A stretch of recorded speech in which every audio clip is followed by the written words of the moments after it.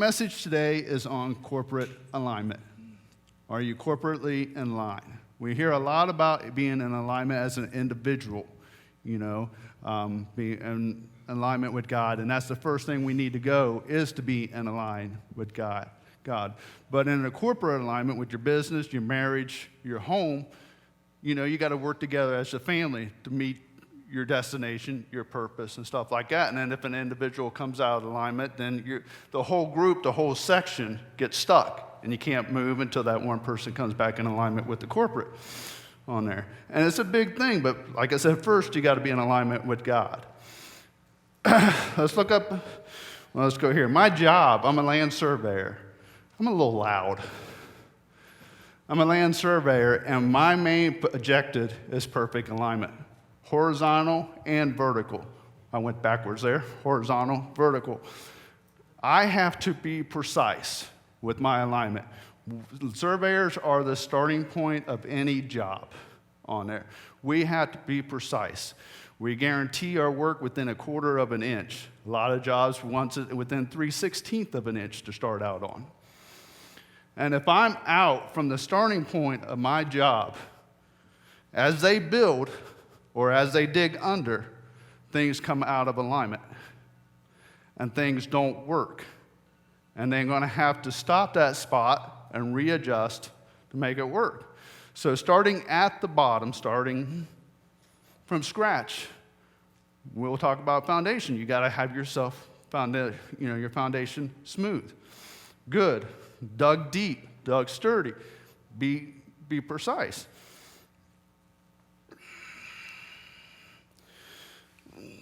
Alignment is very, very important in anything we do. Running smooth. Look at your spine. Your spine, if it's out, you're hurt, you're in pain, you got headaches, whatever. And if you don't take care of it, things get worse. But if you go to a chiropractor, get yourself popped, all that cracking sound, whatever you need to do, you feel good once you get yourself back in alignment.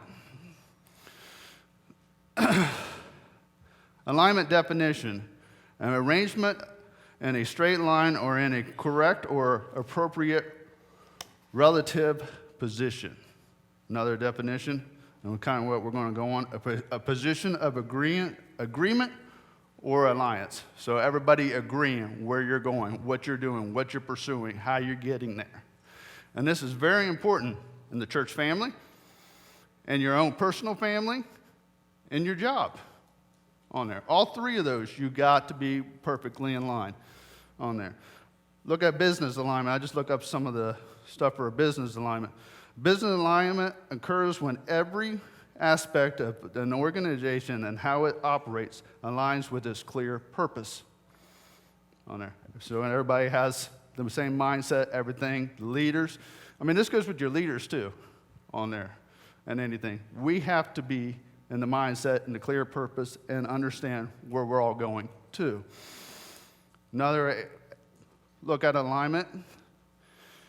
Alignment ensures the entire body is moving in the same direction and in the same manner. Again, everybody moving together, moving as one, working together. If you could throw up Mark 3:24 and 25. This is the NIV version.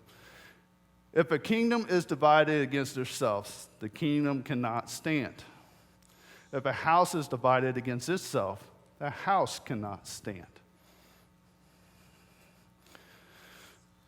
One of the biggest things, biggest words that get you out of alignment, one of the biggest aspects, the way it looks, is me.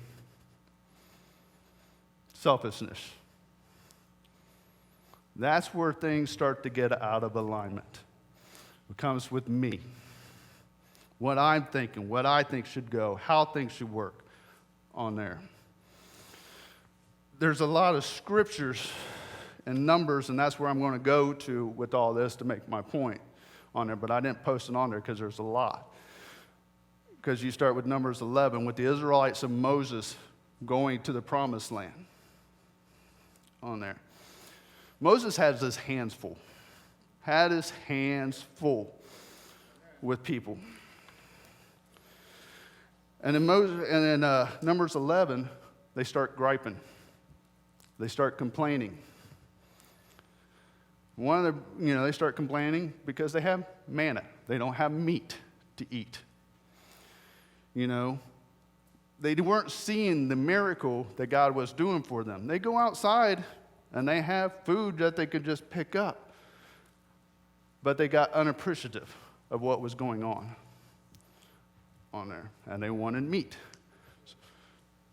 They started griping and complaining to Moses on there, to their leader, start griping and complaining to Moses, instead of first going to God and praying. That's a lot of times what we mess up there too, is we start griping and complaining and start taking it somewhere else instead of start trying to deal with it between God and ourselves first.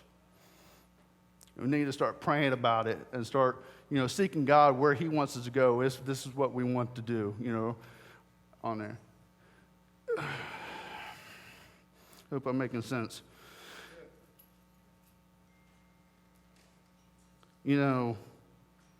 Moses, as a leader, started like, Lord, why did you put this weight on my shoulders?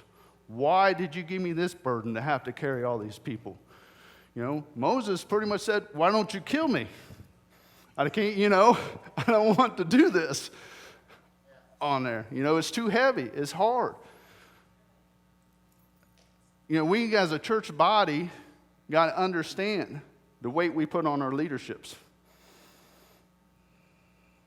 We got to understand what we put on our bosses. We got to understand what we put on our husbands and wives. It's not always about us. And it's not always about what I want.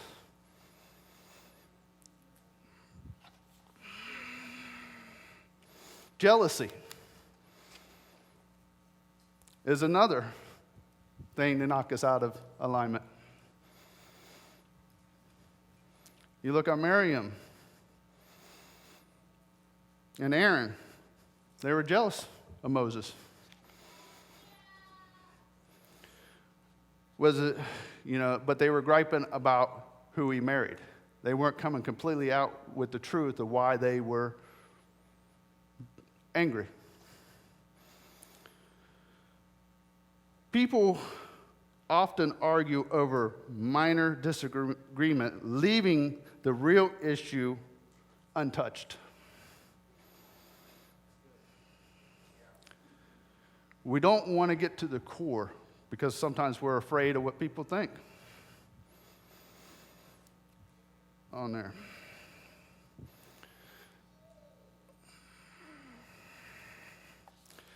Yeah, pardon me. I don't really have a printer and a computer. Sometimes it's hard for me to read my handwriting.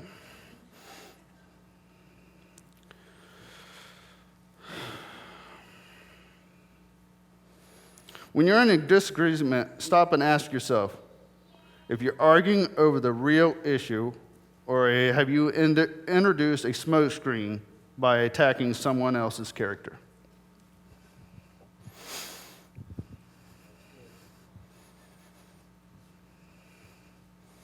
Sometimes we get angry and we want to blame somebody else for it. And it's our own issue. We want to gossip. We want to talk bad about people. We don't want to face the issues. We're supposed to go to our brothers first and confront them and work the stuff out. And then if that doesn't work, then we're supposed to have a witness and so forth. There's steps we're supposed to take. We're not supposed to actually run to our leaderships right away. On there. They got, just preparing this message, I had a wild notice. It wasn't easy. It was hard. The stuff we battle sometimes, the confidence level, at least for me, on there, can I really do this? There's stuff that we battle. And I know the pastors, correct me if I'm wrong, Jeff, get messages prepared.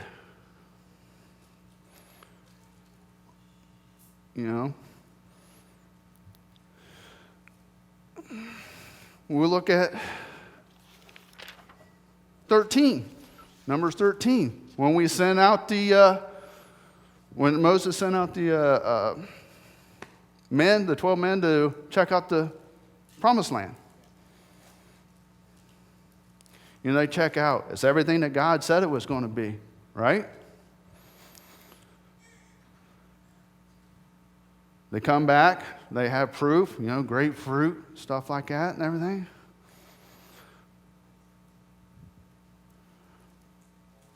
But 10 people out of that group said, we can't do this. We can't do this. We can't do what God said we can do. And those 10 people knocked out thousands of people out of alignment because of their griping and complaining. Knocked thousands of people out of their alignment and reaching their destination that they were called to do. You know, we get in mindset sometimes that, let's use job for example, and I'll use my line of work. Hey, Dave, can you fudge this so it'll make it work? So we don't have to fix an issue. Can you lie about your numbers? Or can I lie about your numbers? You know, so we don't have to adjust, you know, cost our company more money. You know, if I do it once, you know, you get a conscience, guilty, you know, on that. It weighs on you, at least, you know me, if I screw up. But then you come and do it, ask you to do it again, it's a little easier. And then they ask you to do it again, it gets even easier. And then what comes to a wrong comes to a norm, and it knocks you completely out of alignment. Our marriage. What's our destination for our marriage as a couple? What's our purpose as a couple? Where are we going? Where do we see our family going? How are we going to get there?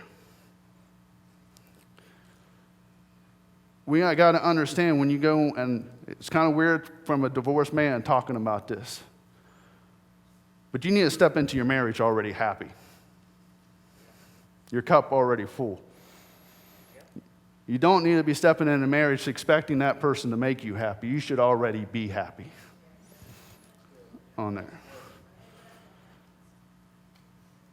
We put, you know, Jeff talked on expectations last week. We put so much expectations on our spouse, it's ridiculous.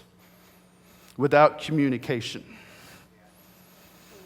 Communications is one of the biggest things, too, for an alignment. How do we know where we're going if we're not talking? How do I know where my boss wants me to go if he's not relaying it to me? Communication is huge, people. Huge.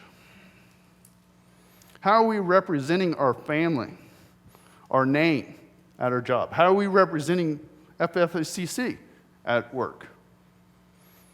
How are we representing God? Are we showing that we're in alignment? Are we calling off work all the time? Are we griping and complaining?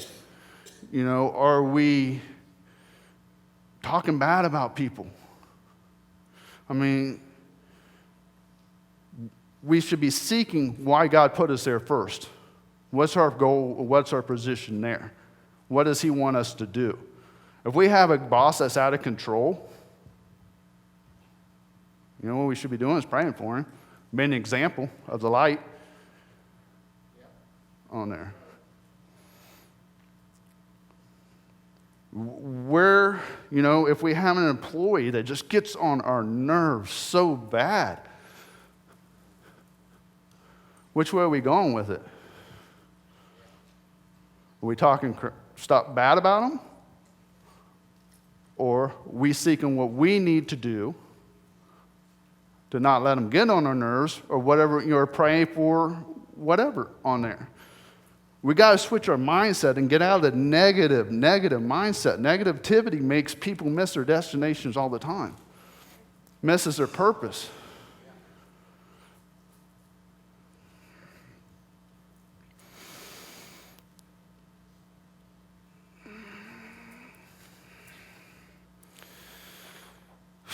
whew.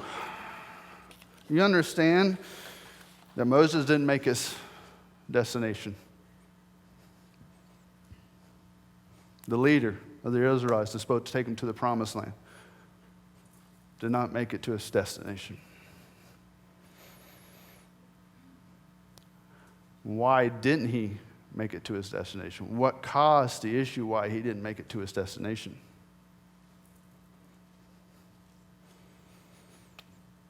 You know, he smacked the rock instead of spoke to it to get water out. Well, why? Why?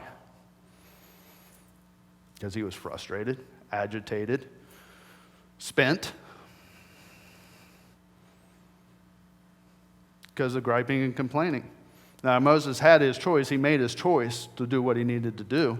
I mean, he could have spoke and trusted or, you know. What weight are we putting on leaders? What weight are we putting on our spouse? Again, like I said. But I'm going to flip it a little bit. Do you understand as leaders, we've got to be examples. We got to follow the rules. We got to walk it out what we say it's going to be on there. I ran a business. I used to own a pizza shop. And as an owner and as a pizza shop, you know, I'm going to be straightforward here. I showed a lot of favoritism. A lot of favoritism. I showed favoritism to the kids or to the employees that I knew that the family would get me business because they were involved in something big and, you know, involved in the schools or involved in something, you know, that would bring, that I know I could use them to bring in financial support for me. I mean, I'm straight up admitting that. How many of us do that? How many do we take advantage, use favoritism for somebody that doesn't even align for our rules and regulations? What I mean by that is I'll let the kids, those kids call off whatever they want, you know, eat out of the pizza bin, you know, out of the little trays, be on their phones. But then here I am getting on somebody else for the same thing. I'm not even aligned with my own rules. You know, and that took me a while to figure that one out. You know, you're running a business, you know, I mean, numbers is a big thing. And when you got 6 other pizza joints in a small little town, you try everything in your advantage to get that upper hand on there.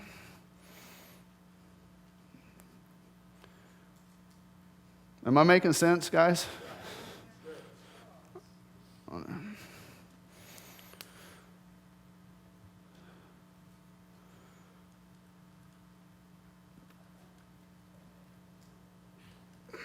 As things go further out of alignment, the darker things get. Darker things get. I mean, if you're just out of alignment with God and start going the wrong direction, things get dark. I mean, being in alignment, you're going to have your ups and downs. You're still going to have ups and downs, but you're not going to be knocked off track. Does that make sense? Yeah. You know, you're going to have your ups and downs, but you're not going to be knocked off track.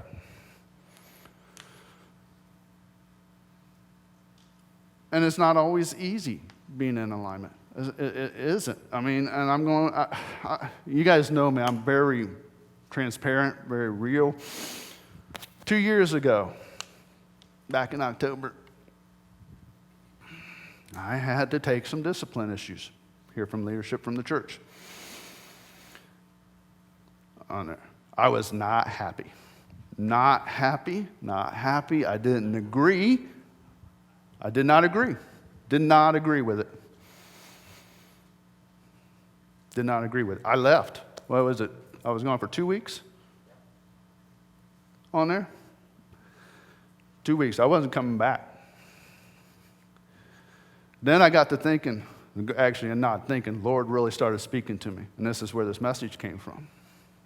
Dave, I have something for you. You have a destination. You have a calling. But right now, you're out of alignment with your leadership. You're out of alignment with your leadership. I put them over you to guide you, to get you where you need to go, to help you where you need to go. And boy, was that tough to come and say, I'm sorry, and apologize for my mistakes and my wrongdoings and the way I acted and behaved. Acted like a child. It wasn't easy. It wasn't easy at all. But I got myself in alignment with my leadership, and I am an honor to being up here. You know, we brought up school, and I really, really recommend this school. I really recommend this school. If it wasn't for school, I wouldn't be here. Not because, you know, it just, you guys know me. I was a shaky life, you know. But, you know, it helped me. It prepared me. And you're going to go through and think, man, this is a bummer. You know, I wasted my time. You didn't waste your time. It kicks in. It's like, you may not have got it then, or it might have been put on the back burner, but you get it now. We'll go to one more knocked out of alignment here. We're going to go to Joshua after the Battle of Jericho.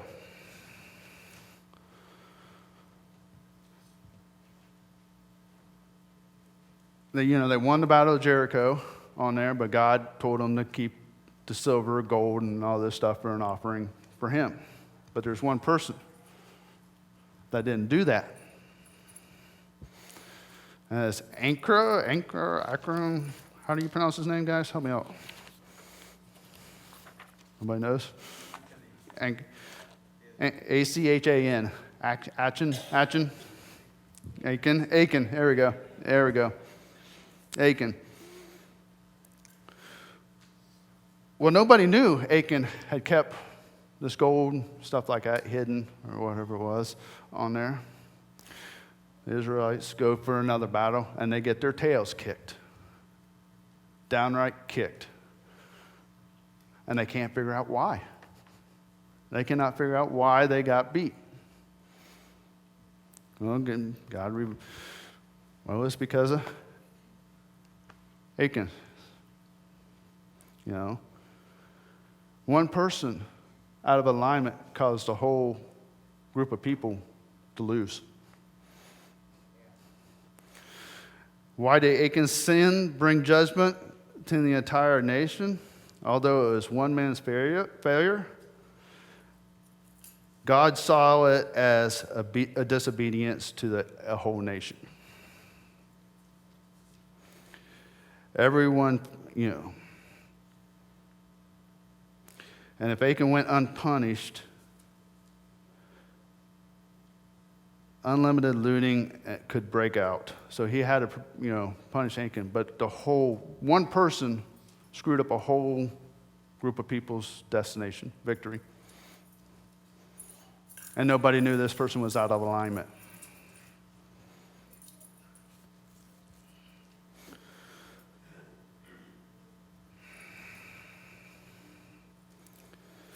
So where are you on alignment-wise with your family, with your job, with the church? Do you honestly believe what our pastors stand on and what we are called to do? Do you honestly believe we can go out and take these giants on outside these walls? Do you honestly believe in an alignment that we can do this, take this city? Or are you doubting? Or are you griping? Or are you saying we're not on the right path or we're not doing the right things? I stand here with my leadership and say, I'm for you. I'm behind you. I think we can get there. We can do this. But it's going to take the whole congregation to do this and believe and trust. Is it going to be easy? No. But if we stay in alignment and push and encourage and root and cheer instead of gripe and complain and the negativity, we can go two different, we can get there. We can go two different directions here, guys. I believe we can take this city. I believe the whole church of City of Newark can come together as one. Do you understand that's why the LGBTQ is moving so fast? and getting things going where they're going, they're in a perfect alignment with themselves. And they're getting what they want because they're in alignment. They're not jumping over, okay, we'll tweak this a little bit, and over here. They're in perfect alignment, and they're moving fast. Moving fast. And we're still standing back fighting amongst ourselves as churches what we even stand for.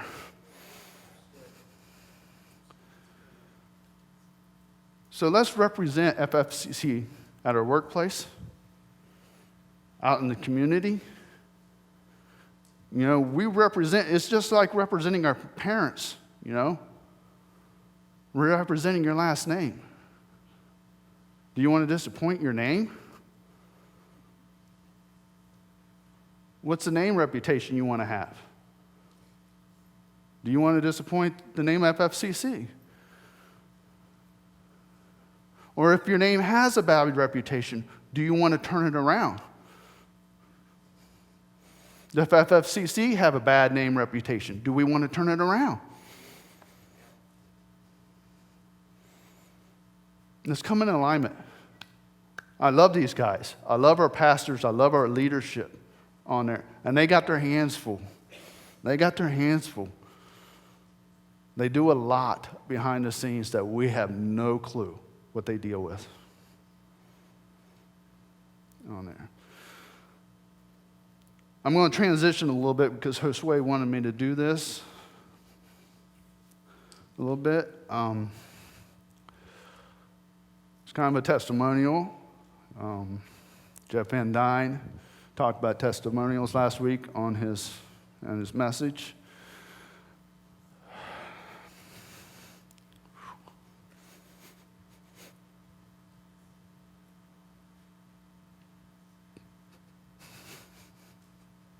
A lot of you guys know it. 6 years ago, actually on July 21st, so a week ago, was the beginning of a downward spiral in my life. A major downward spiral. It's when my divorce started. And this whole week, let me back up a little bit. I talked to Pastor Josue about this last Sunday because I woke up last Sunday like, this is the day my wife left me. This day. It was a Sunday, the 21st, 6 years ago. I woke up, that's the first thing that popped in my head. Nothing else. That was the first thing. And I asked Josue, it's like, why did that happen? Why did that happen? He goes, there's only two ways that could have happened. Satan taking you back to discourage you, or Jesus taking you back to see where you came from. On there. Which way are you feeling? Are you feeling down, depressed, sad? Or are you feeling joyful and victorious? And I was like, I'm feeling joyful and victorious, of course. He goes, well, Jesus took you back. Yeah. But anyways, this whole week, 6 years ago, I can remember everything Monday, Tuesday, Wednesday, Thursday, Friday, Saturday. I remember what everything happened every single that day because it was bad. It was bad. And, I got my son here and here, so it's going to, don't want to go into too much detail about it, but we got to cops called, CPOs, cops showing up to my job, everything. It was bad. And through the divorce, I was a Christian, I was saved. I lost my alignment. I started, I was asked to, nothing against my previous church, I understood, asked to leave the church because they didn't want separation to come between the church. And since at the time I didn't have the kids, on there, I had to, step away. But as I stepped away, of course, I didn't step into another church. I started getting into gambling. Was my drug of choice. And with that gambling, I lost everything.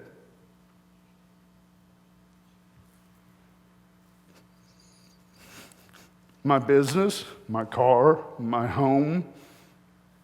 If it wasn't for my mom, I would have been homeless.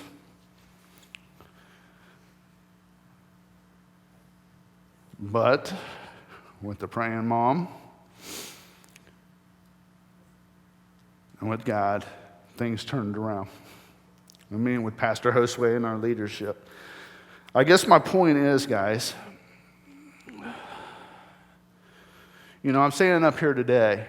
I have a great job, financially stable again. I had to file bankruptcy too, by the way. I was up to the point where I couldn't make money to make my bills. I couldn't do, like I said, lost everything. I would go work, open and close at the pizza shop, go to a Scioto, work all night, lie to my mom where I was at, go into the pizza shop at 8 a.m., sleep on the floor for an hour, and work. And I would do this 3 straight days. It was my drug of choice. It was my escape. I thought God had left me. My family was apart. It was bad.